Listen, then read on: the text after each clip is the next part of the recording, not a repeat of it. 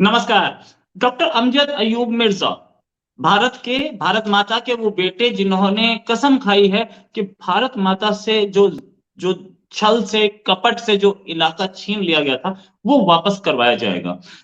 Doctor Mirza ने और उनकी ऑर्गेनाइजेशन ने, उनकी टीम ने एक प्लान बनाया है, 6 पॉइंट प्लान कि Pakistan occupied Jammu and Kashmir and Gilgit Baltistan दोनों इंडिया में वापस कैसे आएंगे। 6 पॉइंट प्लान बनाया है जिस पर काम शुरू हो चुका है। मेरे साथ डॉक्टर अमजद अयूब मिर्जा खुद हैं। ये उस ऑर्गेनाइजेशन को लीड करते हैं और इनके साथ एक हुजूम है। जो जो लोग यूरोप में बैठे हैं, अमेरिका में बैठे हैं, कनाडा में बैठे हैं, पाकिस्तान ऑक्युपाइड कश्मीर के हैं, पाकिस्तान ऑक्युपाइड गिलगित बाल्टिस्तान के हैं, जो कि इनको सपोर्ट करते हैं। और साथ में एक बहुत बड़ा नेटवर्क पाकिस्तान ऑक्युपाइड कश्मीर और पाकिस्तान ऑक्युपाइड गिलगित बाल्टिस्तान में जो इनके साथ काम करता है। सर, बहुत बहुत स्वागत आपका हमारे शो में। सर, पहली चीज ये जो 6 पॉइंट प्लान है, ये आपने कंसीव करने कब से करना शुरू कर दिया था और इसका अल्टीमेट एम क्या है? कब तक ये पूरा का पूरा प्लान कंप्लीट हो सकता है? देखें, ये जो 6 पॉइंट प्लान है ये इंटरलिंक्ड है। पहली बात तो ये है। दूसरा ये है कि 5 अगस्त 2019 को जब 370 और 35A को खत्म किया गया तो मैंने ये बयान दिया था कि जिस तरह फिरौन की फौजें जो हैं वो मूसा का ताक़ुब कर रही थी और मूसा एक दरिया नील के किनारे जब पहुंचे तो आगे दरिया था बहुत बड़ा और पीछे फिरौन की फौजें थीं।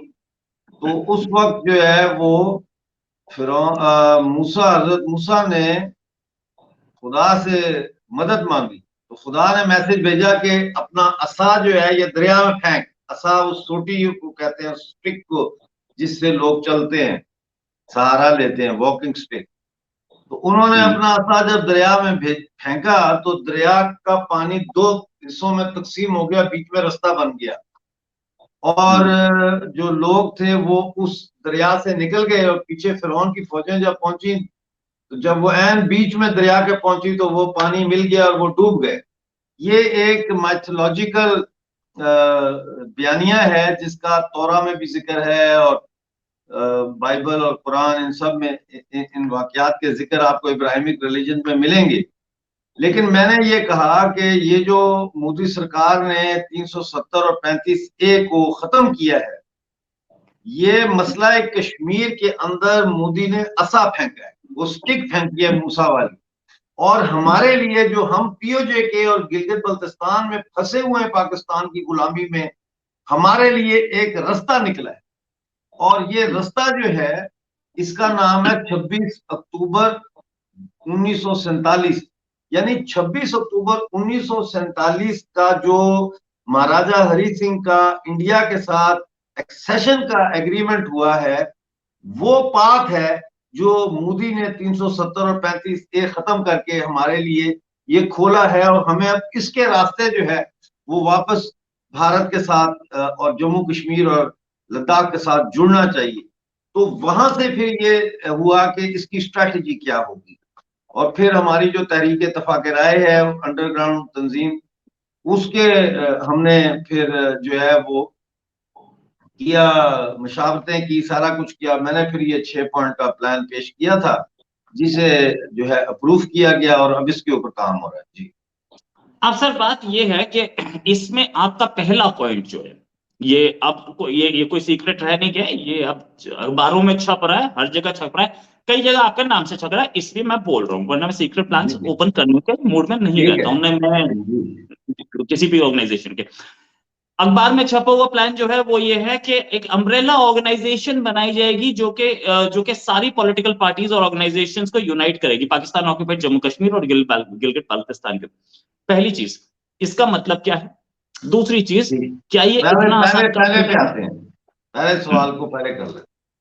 देखें, इस वक्त पाकिस्तानी मकबूजा जम्मू कश्मीर जो है वहां पे एक अलायंस बना था 3 साल पहले जिसका नाम है People's National Alliance, Jammu Kashmir People National Alliance. इसमें 14 पार्टियां शामिल हैं, छोटी बड़ी। और इसमें जो Jammu Kashmir People's National Party है उसके जो चेयरमैन हैं जुल्फकार अहमद एडवोकेट, वो इस अलायंस को लीड कर रहे हैं। तो ये लेकिन मेरे मुताबिक ये एक अलायंस जो है अभी ये इतना कॉन्क्रीट नहीं है। लिहाजा हम ये कह रहे हैं कि जितनी भी पॉलिटिकल ऑर्गेनाइजेशंस हैं ये तहरीक इत्तफाक राय या बेशक कि कोई और नाम चूज कर लें, उसके छतरी के नीचे सारे एक पॉइंट एजेंडे पर इकट्ठा हों। वन पॉइंट एजेंडा, वो ये है कि पाकिस्तान से आजादी, ये वन पॉइंट एजेंडा हो। यहाँ क्या करना है क्या नहीं करना, वो that is a side issue. The main issue is how are we going to get freedom from Pakistan, and on that one point agenda we all should unite under one umbrella organization. Number one. Number two ये है कि जो बाकी पार्टियां हैं, फर्ज करें ये नहीं आती अम्ब्रेला ऑर्गेनाइजेशन और ये उसमें नहीं आती और ये अपना अपना राग लापती है, तो फिर मेरा पैगाम जो है वो है उन कारकुनों के लिए, वो वर्कर्स जो वाकई जेन्युइनली अपनी पार्टियों के साथ काम कर रहे हैं लेकिन उनकी लीडरशिप मसालियत का शिकार हो गई, उनकी लीडरशिप जो है वो कॉम्प्रोमाइज का शिकार हो गई, उनकी लीडरशिप में विल नहीं है तब्दीली लाने की। तो उन कारकुनों को मैं ये कहता हूं कि आप जो है आप मेरे जो भटके हुए जो मेरे ये कारकुन हैं जो भटक गए हैं, इन लोगों ने उनको भटका दिया है, तो इनको मैं कहता हूं ये मेरी भटकी हुई भेड़ें हैं, भेड़ शीप को बोलते हैं। तो भटकी हुई भेड़ों को मैं मुखातब करके कह रहा हूं कि आप आए मेरे साथ, इन पार्टियों को अगर ये नहीं करती और आप इनके अंदर बगावत करके इन पार्टियों पे कब्जा नहीं कर सकते, तो आप इन पार्टियों से निकल के हमारे तहरीक इत्तफाक राय में शामिल हों और हम एक पॉइंट एजेंडे पर इस गुलामी, इस बर्बादी, इस तबाही से जो है वो आजादी हासिल करने के लिए सब एक पॉइंट एजेंडे के ऊपर हम अब जमा हों। जी राइट। अब सर इसका दूसरा पॉइंट जो है कि मास कैंपेन किया जाएगा पाक ऑक्युपाइड टेरिटरीज में, और नैरेटिव जो पाकिस्तान ने बताया है एंटी इंडिया नैरेटिव, उसका सच बताया जाएगा कि क्या असलियत है। क्या आपको ये काम इतना आसान लग रहा है? वहां पे पाकिस्तानी आर्मी इतनी हावी है, वहां पे पाकिस्तान के जो पॉलिटिशियंस हैं वो वहां पे काम करते हैं, उनकी ऑर्गेनाइजेशंस, उनकी पार्टीज वहां पे काम करती है, ग्राउंड लेवल पे उनके वर्कर्स काम करते हैं। जो भी प्रो इंडिया या सच बताने की कोशिश करेगा उसको आर्मी उठा के नहीं ले जाएगी? जी, ये बहुत अच्छा आपने और बड़ा महत्वपूर्ण सवाल किया है और आपने बिल्कुल सही फरमाया है कि ये अगर ऐसा करेंगे तो वो फिर खतरात मौजूद हैं। इसीलिए हम जो है वो ओपन ऑर्गेनाइजेशन हमारी जो है, फिलहाल हमने अपनी जो ऑर्गेनाइजेशन है, सबको पता है डॉक्टर कौन है, सबको पता है तहरीक इत्तफाक राय है मौजूद, लेकिन हम झींगर की तरह हैं, यानी कि बरसात में जैसे झींगर जो है वो आप उसकी आवाज सुनाई देती है लेकिन आपको वो नजर नहीं आता। तो ये हमारी पॉलिसी है। और दूसरा ये दफ्तर का था कि जी दफ्तर खोला जाए या ना खोला जाए, उसके बारे में हमने कहा कि हर साथी का जो घर है वही दफ्तर का काम करे, वो दफ्तर ही है हमारा। तो इस तरह से हमने इसको अवॉइड किया और इस वक्त हम जाहिर है काफी हद तक हमने सोशल मीडिया का एडवांटेज लिया है और हमने वो नैरेटिव जो पाकिस्तान का था उसको बड़ी हद तक हमने न्यूट्रलाइज कर दिया है। अब हम अपने दूसरे फेज में हैं कैंपेन के, जहां हम अब दिए से दिया जलाओ तहरीक जो है वो चला रहे हैं। दिए से दिया जलाओ तहरीक जो है ये तहरीक इत्तफाक राय की एक सब्सिडरी मूवमेंट है, जिसका मतलब ये है कि एक एक शख्स के साथ डायलॉग करो, यानी एक एक शख्स के साथ। ओपन पब्लिक मीटिंग हम कर नहीं सकते लेकिन वन टू वन हम डिस्कशंस कर सकते हैं और हम वो कर रहे हैं और उसमें हमें बड़ी कामयाबी है। और हमारी जो अब ये नैरेटिव है इंडिया में शामिल होने का, लोगों को समझ आ रहा है और लोग मान रहे हैं इस बात को, क्योंकि इंडिया में शामिल ना होने का जो बयानिया है वो ये है कि हिंदू है, भारत दुश्मन है, कश्मीरियों पे जुल्म हो रहा है। तो वो सब अब लोगों को नजर आ गया। देखें दुनिया बहुत फैल गई है सोशल मीडिया की वजह से, लोगों को पता है कि इंडिया में पांचवी बड़ी दुनिया की इकॉनमी बन गई है, 2032 में ये 12 ट्रिलियन की इकॉनमी बन जाएगी, थर्ड लार्जेस्ट इकॉनमी। लोगों को पता है कश्मीर में हजारों करोड़ों रुपए का जो है वो इन्वेस्टमेंट हुआ है। लोगों को पता है कि जो है वो G20 की तैयारियां जो है अगले साल जो होनी है उसकी तैयारियां शुरू हो चुकी हैं। डल में फेस्टिवल होते हैं, सारा कुछ होता है। वो लोगों को पता लग गया है, ये चीजें, ये हकायक पता लग गए हैं, और लोगों को ये भी पता लग गया है कि भाई ये जो कम्युनल बेसिस पे नफरत फैला रहा है पाकिस्तान, और पाकिस्तान की आर्मी और पाकिस्तान के मौलवी और पाकिस्तान के जो रूलिंग क्लासेस हैं, ये सिर्फ हमें दबाने के लिए कर रहे हैं। क्योंकि अगर हमारा और उनका बराबरी का रिश्ता होता तो फिर हमारे जो जमीनी वसाइल हैं वो ना लूटे जाते। इस वक्त एज आई स्पीक, कल बहुत बड़ा एक हुआ है इजलास, यानी कि मीटिंग, जिसमें पाकिस्तानी कब्जे वाले गिलगित बल्तिस्तान के हर डिस्ट्रिक्ट से रिप्रेजेंटेटिव ने शमूलियत की है, और उसमें तमाम डिस्ट्रिक्ट के ट्रेडर एसोसिएशन के लोग भी आए और ट्रांसपोर्ट यूनियन के लोग भी आए, और उन्होंने 28 दिसंबर से पूरे गिलगित बल्तिस्तान में जनरल स्ट्राइक की कॉल दी है। और उन्होंने कहा है, ये तकरीरें हैं, आज हमने रेडियो हिमालय में भी बताया, उन्होंने कहा है कि जीना होगा मरना होगा के नारों से केटू की पहाड़ियां जो हैं वो उनको लरस देंगे, हम उनको शेक कर देंगे। और अब मेरा ये ख्याल है कि ये बहुत बड़ी एक डेवलपमेंट आ रही है गिलगित बल्तिस्तान में, जिसको इंटरनेशनल खास तौर पे इंडिया बिल्कुल इग्नोर नहीं कर सकता। लेकिन मसला ये है इस वक्त भी जो मैं देख रहा हूँ गिलगित बल्तिस्तान में, कि ये कोई पहली दफा नहीं है कि लोग निकलेंगे, लेकिन मसला ये है कि आप अगर निकलते हैं और आपकी डायरेक्शन नहीं है सही, तो फिर ये डिफ्यूज हो जाती है, फ्रस्ट्रेट हो जाती है, और फ्रस्ट्रेटेड जो बल्क होता है अवाम का, वो बड़ा वर्नेबल हो जाता है फिर मुस्बी जहादी तंजीमों के लिए। क्योंकि वो फिर देखते हैं कि यार ये लीडरशिप तो हमें कुछ डिलीवर नहीं कर सकी, ये जो जहादी हैं इनके पास बंदूक भी है, ये डिटरमेंट भी है, ये लड़ भी रहे हैं, तो वो उसको बचाने के लिए, उसको अवॉइड करने के लिए, मैं समझता हूं कि गिलगित बल्तिस्तान की जो तहरीक है इसको संजीदगी के साथ अब अपने इस इकोनॉमिक एजेंडे को पॉलिटिकल एजेंडे के साथ लिंक करते हुए भारत में शामिल होने के मुतालबे को सरे फहरिस्त रखना चाहिए। पाकिस्तान को निकालना चाहिए, बजाय पाकिस्तान से यह मुतालबा करने के कि आप हमारी जमीनों पे कब्जे ना करें, आप हम पे टैक्स ना लगाएं। ये मुतालबों का कोई फायदा नहीं। इन मुतालबों को जब तक सियासी मुतालबे में तब्दील ना किया जाए, गिलगित बल्तिस्तान के हालात ना तो बेहतर हो सकते हैं, ना आजादी मिल सकती है। जी राइट सर। सर एक तीसरा पॉइंट जो आप था कि हम सारी पॉलिटिकल पार्टीज के साथ एक एजेंडे पे बात करेंगे, ये आप पहले एक्सप्लेन कर चुके हैं। आप चौथे पॉइंट पर आते हैं। चौथा पॉइंट ये है कि मूवमेंट को स्प्रेड किया जाएगा across the territories of Gilgit Baltistan and Pakistan occupied Kashmir, और साथ में स्ट्रगल जो है उसको हम वन पॉइंट एजेंडे पे काम करेंगे। स्प्रेड करना, पाकिस्तान की एजेंसीज वहां काम कर रही है, इंटेलिजेंस भी वहां काम कर रही है।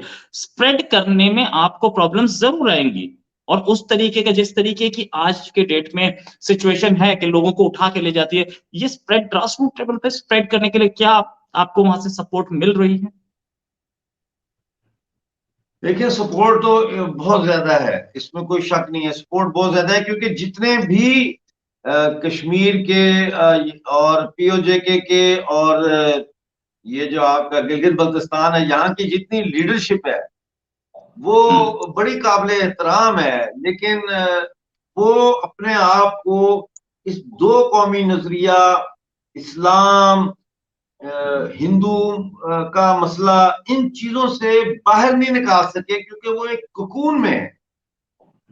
तहरीक आजादी पाकिस्तान से हासिल करने के लिए आपका विजन बहुत बड़ा होना चाहिए। आपका आपका जो मुतालिया है इंटरनेशनल लेवल पे, जो करंट अफेयर्स हैं उनका बहुत आपका बारीक मुतालिया होना चाहिए, और हिस्ट्री का आपको मुतालिया होना चाहिए।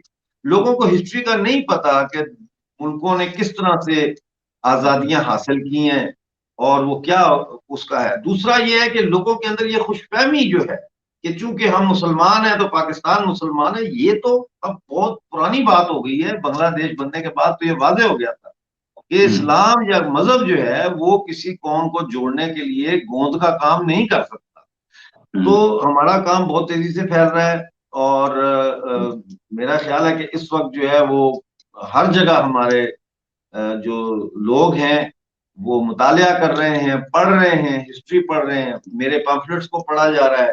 मैंने जो पम्फलेट लिखे हैं उसमें एक तो है ना, महकूम अक़वाम की जद्दोजहद आज़ादी और तबकाती तज़ाद की कश्मकश, यानी the the the the the conflict, अगर आप क्या लें, और the between national liberation struggle and class struggle, उसमें मैंने बाएं बाजू को, लेफ्ट को एड्रेस किया जो कश्मीर का है, कि भाई आप लोग जो कर रहे हो वो गलत कर रहे हो, वो क्या करना चाहिए उसमें। फिर है जहरीली जहन साजी, पॉइजनस ब्रेन वॉशिंग, यानी कि आपने जो पॉइजनस इंडोक्ट्रिनेशन, कैसे मजहब को इस्तेमाल किया गया है पाकिस्तान के इन ऑक्युपाइड इलाकों में, और लोगों का जहन जो है उसको कम्युनल बनाया गया।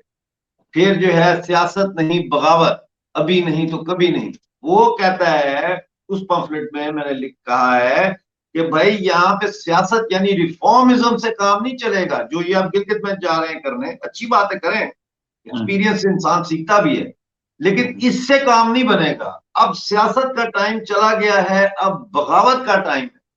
फिर हमने लिखा है अवामी कमेटियों के बारे में, मैंने लिखा है ये जो अवामी कमेटियां, जैसे अवामी कमेटी गिलगित बल्तिस्तान में है और पीओजेके में है, इन अवामी कमेटियों के अंदर कैसे काम किया जाए और इनको इकोनॉमिक डिमांड जो है इनकी, इनको कैसे पॉलिटिकल डिमांड्स में ट्रांसफॉर्म किया जाए। तो ये बड़ा संजीदा और बड़ा महत्वपूर्ण लेकिन काम हम कर रहे हैं, और इसमें हमें बहुत कामयाबी हो रही है, क्योंकि हम सच्चे हैं, हम सच बता रहे हैं। आपका 5वां पॉइंट, जी मुझे भी हैरानी हुई ये पॉइंट पढ़ के कि Jammu and Kashmir, Indian side of Jammu and Kashmir में, union territory of Jammu and Kashmir में एक सपोर्ट गैदर की जाएगी, साथ में इंडियन मीडिया और डिजिटल प्लेटफॉर्म्स के साथ सपोर्ट गैदर करेंगे। अच्छा, ये जो पूरा प्लान था ये पाकिस्तानी ऑक्यूपाइड जम्मू कश्मीर के लिए था, गिलगित बाल्टिस्तान के लिए था। इसमें Indian side of Jammu Kashmir से सपोर्ट से क्या मिलेगा और क्या देखिए, पहली आप बात तो ये है, थैंक यू जी, पहली बात तो ये है कि जम्मू के जो हमारे लोग हैं, कश्मीरी पंडित हैं कश्मीर में, लेकिन जम्मू में जो हिंदू हैं, सिख हैं, जैन हैं, वो लोग सस्पिशियस हैं। उन लोगों के दिमागों में एक खतरा है, वो खतरा महसूस करते हैं कि अगर पीओजेके जो वेस्ट जम्मू का इलाका है मुसलमानों का, ये अगर जम्मू के साथ जुड़ जाता है तो फिर वो पहले ही जम्मू कश्मीर में माइनॉरिटी हैं, उनके ऊपर और ज्यादा बोझ आ जाएगा मुसलमान इलेक्टोरल वोट का, और वो उनकी जो डेमोग्राफी है वो कम हो जाएगी, यानी परसेंटेज वाइज हिंदू जो है और सिख जो है वो कश्मीर में, जम्मू कश्मीर में कम हो जाएंगे अगर पीओजे के आके इनसे मिलता है। ये गिलगित बल्तिस्तान वाली साइड पे ये प्रॉब्लम नहीं है, क्योंकि वहां पे वो शिया हैं, बुद्धिस्ट हैं, वो उनका मसला नहीं है।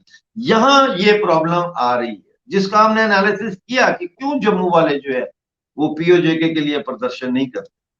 इसका ये मतलब नहीं है कि जम्मू के हिंदू और जम्मू के सिख जो है वो हमारा दर्द नहीं समझते, वो समझते हैं, लेकिन उनको भी डराया इतना गया है कि जैसे पीओजेके का हर नागरिक जो है वो दहशतगर्द है, वो जिहादी है, वो पता नहीं क्या मजहबी तंग नजर है। ये बिल्कुल गलत बात है। जरूर पीओजेके में इतने सालों के इन्फ्लुएंस की वजह से वहां ये जिहादी या तंग नजर या कम्युनल माइंडसेट पाया जाता है, इसमें कोई शक नहीं है, मैं इससे इनकार नहीं कर रहा, लेकिन ये डोमिनेंट माइंडसेट नहीं है। ये जो तासुर दिया गया है पीओजेके के लोगों के बारे में कि ये बड़े कट्टर मुसलमान और जनाब आतंकवाद किस्म के मुसलमान हैं, ये हम लोग नहीं हैं। ये पंजाब और खैबर पख्तूनख्वा के जो टेररिस्ट कैंप्स हैं जो पीओजेके में चल रहे हैं, ये वो लोग हैं। ये पाकिस्तान की आर्मी की जो 12 ब्रिगेड हमारे पे काबज है, ये वो टेररिस्ट है। हमारे लोग तो बेचारे ना खाने को, ना पीने को, ना रोजगार है, ठीक है ना।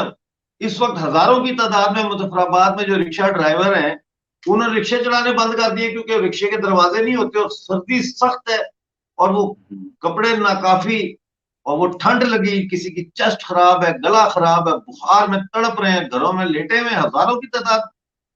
तो कहने का मकसद ये है कि हमसे ज्यादा मजलूम कोई नहीं।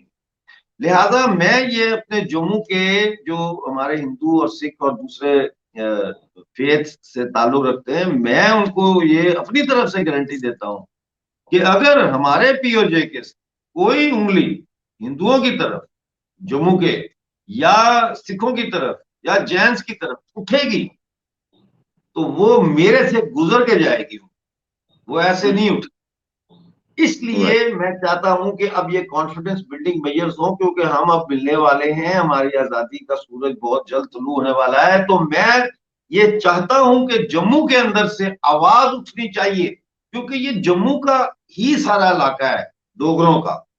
तो जम्मू के लोगों को भी अब बाहर आके ये बात समझ लेनी चाहिए कि कम्युनल बुनियादों पे उनको भी दबाया गया जम्मू कश्मीर में, और इसका वाहिद हल ये है कि जम्मू के हिंदू, सिख, जैन और दूसरे फेथ से ताल्लुक रखने वाले जो लोग हैं, जो सोशल सिविल सोसाइटी ऑर्गेनाइजेशंस हैं, वो वहां से ये आवाज उठाएं कि हमने पीओजे वापस लेना है, पीओजे हमारा है। फिर कश्मीर की बात आ जाती है। अब कश्मीर के अंदर आप देखें ना, 2019 से ये 2023 में हम जा रहे हैं, तकरीबन 4 साल, चौथा साल जा रहा है। तो वहां तो कोई टेररिज्म उस तरह से नहीं है जिस तरह हर रोज ही बम धमाके और जुलूस और ये वो सारा ड्रामाबाजी खत्म हो गई, क्योंकि वो मनी ट्रेल जो आ रही थी, पैसा जो आ रहा था वहां ये प्रदर्शनों को फाइनेंस करने के लिए पाकिस्तान से, उसका रास्ता बंद कर दिया उन्होंने। बॉर्डर सिक्योरिटी बहुत टाइट कर दी, स्लीपर सेल जो है उनको बस्ट कर दिया। तो वो एक कलेक्टिव स्ट्रेटेजी के तहत अब वादी जो है बड़ी पुरसुकून है। वहां के जो मुसलमान हैं उनसे भी मैं ये दरख्वास्त करूंगा कि वो भी वहां की जो सिविल सोसाइटी है श्रीनगर में, पुलवामा में और राजौरी में और जगहों पे, वो भी वहां पे हमारी आजादी के लिए आवाज उठाए। ये टू वे चलेगा काम, तब ये काम होगा जी। राइट। अच्छा अच्छा, एक फाइनल आपका जो पॉइंट था, छठा पॉइंट, वो ये था कि हम इंटरनेशनल डिप्लोमेटिक प्रेशर बनाएंगे, एक इंटरनेशनल डिप्लोमेटिक कैंपेन चलाएंगे जिससे जिससे वर्ल्ड कम्युनिटी को समझ में आए कि इसकी इंडिपेंडेंस, इसको बाहर निकलना और इंडिया के साथ मिलना कितना जरूरी है, और यहां से टेरर फैल रहा है। इंटरनेशनल कैंपेन तो आप पहले ही चला रहे हैं, आप जाकर के यूएन में बोल के आए हैं, आप जाकर के ह्यूमन राइट्स कमीशन में बोल के आए हैं, बहुत जगह आप बोल चुके हैं। इससे आगे क्या इंटरनेशनल कैंपेन स्टेप अप करना चाह रहे हैं? देखें, ये यूनाइटेड नेशंस में जाके हम जरूर बोले हैं और दूसरे फोरम्स में भी बोले हैं, लेकिन रोहित भाई मैं आपको एक बात सही बताऊं, मैं पिछले 3 साल से यूनाइटेड नेशन नहीं किया, इसके बावजूद कि मैं जा सकता था और वहां पे सेशन में तकरीर भी कर सकता था। मैंने यूनाइटेड नेशन में जो आखिरी तकरीर की थी वो ये थी, उसमें मैंने कहा था, जो प्रेसिडियम पे प्रेसिडेंट बैठी होती है उसको मैंने कहा कि ये आखिरी दफा है कि मैं यहाँ हूं, मैं अब नहीं आऊंगा यहाँ, ये दरवाजा खटखटाने में नहीं आऊंगा। इसलिए कि पिछले 70 साल से हम ये दरवाजा खटखटा रहे हैं, लेकिन हमें यहां से एक रत्ती बराबर का भी जो जस्टिस है वो नहीं मिल सकता, नंबर 1। नंबर 2, आपके जितने भी रेजोल्यूशन आज तक आपने पास किए हैं, UN resolutions on Kashmir, Jammu Kashmir, वो ऑब्सोलीट हो चुके हैं, वो आउट ऑफ डेट हो चुके हैं। ठीक है, आपने नया सेशन नहीं बुलाया इस सिचुएशन को रिव्यू करने के लिए, और उस रिव्यू के नतीजे में आपने नया रेजोल्यूशन नहीं दिया, लिहाजा ये ऑब्सोलीट हो चुका। अब मैं यहां से जा रहा हूं, ठीक है, मैं अपनी अवाम की क्यादत खुद करूंगा, मैं अपने अवाम की आजादी के लिए लड़ने के लिए जो तैयारी है वो मैं खुद कराऊंगा अपने अवाम की।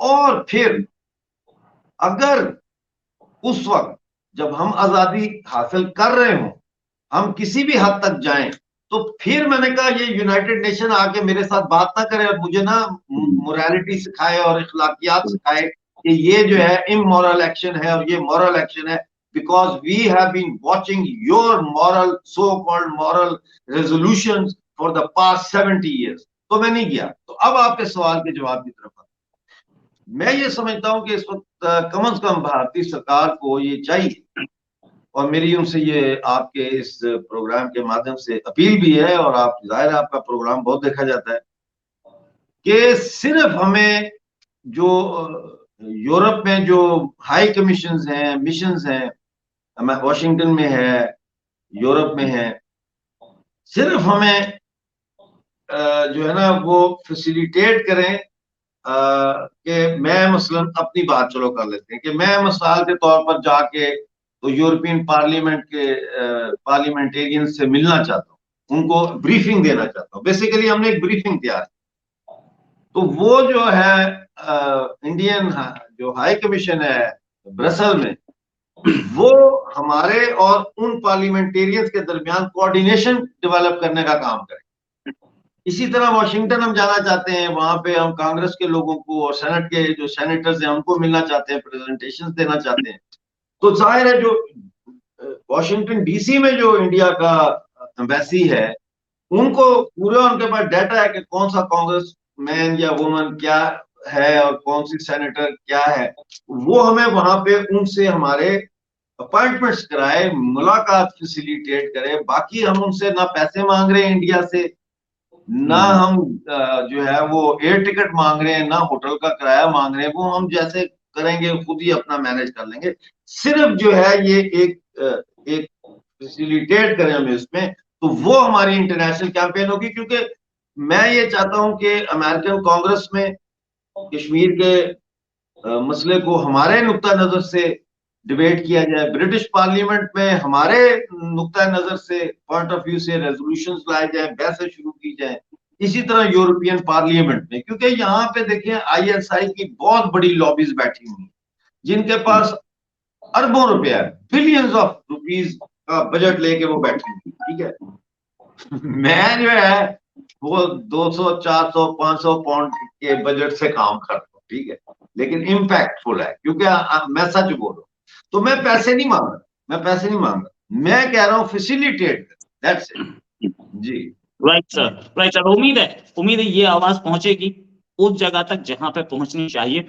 और आपको वैसे भी इंडिया के लोगों का बहुत प्यार मिलता है, इंडिया के लोगों से बहुत इज्जत मिलती है और पसंद करते हैं कि डॉक्टर अमजद मिर्जा हमें आशीर्वाद देते रहें और हमारा प्यार उन्हें मिलता रहे, उनका प्यार हमें मिलता रहे। Thanks a lot for joining sir. उम्मीद है जल्दी ही आपको बताएंगे कुछ डेवलपमेंट्स और पाकिस्तान ऑक्यूपाइड कश्मीर पे जो इंडिया के जो डिफेंस मिनिस्टर ने बोला कि जल्दी हम ले लेंगे, आपका प्लान भी उसी से कोइंसाइड करता दिखता है, तो दोनों एक पेज पे तो है। Thanks a lot sir. उम्मीद है जल्दी एक डिस्कशन और करेंगे। अभी के लिए नमस्कार, धन्यवाद, जय हिंद सर। नमस्कार, जय हिंद।